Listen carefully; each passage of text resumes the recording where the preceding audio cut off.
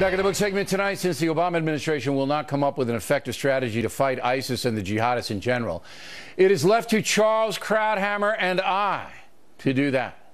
The doctor joins us now from Washington. All right, you go first. What would you do? Well, General O'Reilly, there are two aspects to this. The first is to try to imitate what Reagan did in the 80s. He took after some of the Soviet proxies, but not with direct American troops. He did it by proxies, Nicaragua, Angola, Afghanistan. Succeeded in all three. If there are people on the ground, you supply them with weapons. The one thing that's entirely incomprehensible in what's going on right now with ISIS is why are the Kurds not being supplied directly by us? We should be running an airlift, a Berlin airlift. Do you want me to answer that? Do you want me to answer the question why? Well, the ostensible reason is that it has to go through Baghdad. No. Here's why we're not arming them directly. The Turks. The Turks don't want the Kurds to be powerful. They don't want them to have the arms because, as you know, there's a Turkish rebellion in parts of Turkey. And why? There's a Kurdish rebellion. So now you tell me. So you tell me, why are we acquiescing to the wishes of the Turks? I don't know. Who haven't lifted a finger. Absolutely right. To help us against ISIS? Well, they do. They share intelligence and they give us some kind of shadow support, but nothing active. You're absolutely right. But that's the reason. They give us nothing. They give us nothing. They sit on the hilltop outside of Kobani and they watch as our allies are being massacred, and until reinforcements arrive. And who are they? They're not Turks.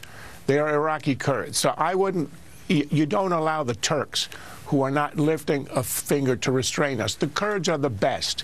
They are courageous, they are skilled, and they have a stake in the game. So that's number one. You have to arm them. They have absolutely obsolete equipment. Right, to the teeth. Arm them to the teeth. All right, I'm down with that. So you and I agree on that. What's number two? Now, what's number two is you need a serious air campaign. The number of sorties we are now engaged in is about 50 a day. In Kosovo, we were averaging 500 a day, and the stakes for us in Kosovo and the Balkans was infinitely less than it is today in Iraq and in Syria. We should be running a campaign where nobody in ISIS lifts his head out of a foxhole without expecting it to be blown off by by aircraft from the Allies. Why are we not? The other thing is, sorry? Why are we not bombing to the tune of 500 sorties a day? Well, that's for the same reason we aren't arming the Kurds. This is an unserious campaign. I think Obama's strategy is simply to hold things in place. He's looking to keep the status quo. He's looking for what's called containment rather than rollback, as he is, for example, with the Iranian nuclear program, and hand it off to his successor. He's not interested in this. He's interested in net neutrality. He's interested in immigration reform. He's interested in all kinds of stuff. His legacies for him in his mind are all at home. So why is he going to waste his energy on a war that he thinks he's not going to win anyway, and he'll just hand over to his successor? Why isn't he as outraged as Rudy Giuliani and others of the atrocities that we see every day? Why isn't the president taking it as personally as an American leader should, in my opinion? What do you think I am, a psychiatrist? There you go. Look, there are a lot of things about Barack Obama that are hard to explain. This is his legendary cool. I don't know. I would expect that any American would be utterly outraged. Now, perhaps, and we've heard him say this, you know, this is just exaggerated. We get upset because it's now on the video. In the past, it wasn't on video. This is like local news. He said, you know, I'm like a mayor trying to reduce the crime rate. He sees it as an incoherent, you know, a disturbance of the peace and not a real threat to American security. I can't explain it, but he is the president. Here's what I would do. I would have an international summit in Washington, D.C. with the 60 coalition members that nobody knows anything about because they don't do anything, and then anybody else who would want to join.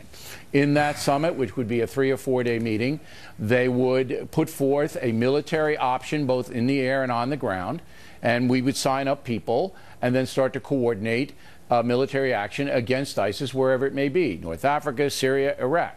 You get the whole world involved like Bush the Elder did in the first Gulf War, and then you hit them. But the point is this, Bill. If they aren't doing it now, why would they do it at a summit? No, it makes no difference if it's at a summit or or you see who will do it and who won't. What kind of pressure? We're not going to. No country is going to join in a coalition led by a leader, by the leader Barack Obama, whose heart isn't in it.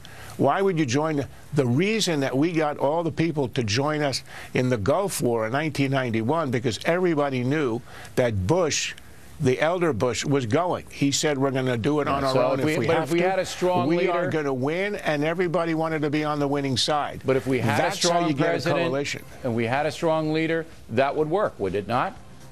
I know, but the summit isn't going to work. It has to do with leadership in Washington, and we don't have it, summit or no summit. All right. Charles Krauthammer, everybody. Factor Tip of the day, a military show you might want to see. The tip, moments away.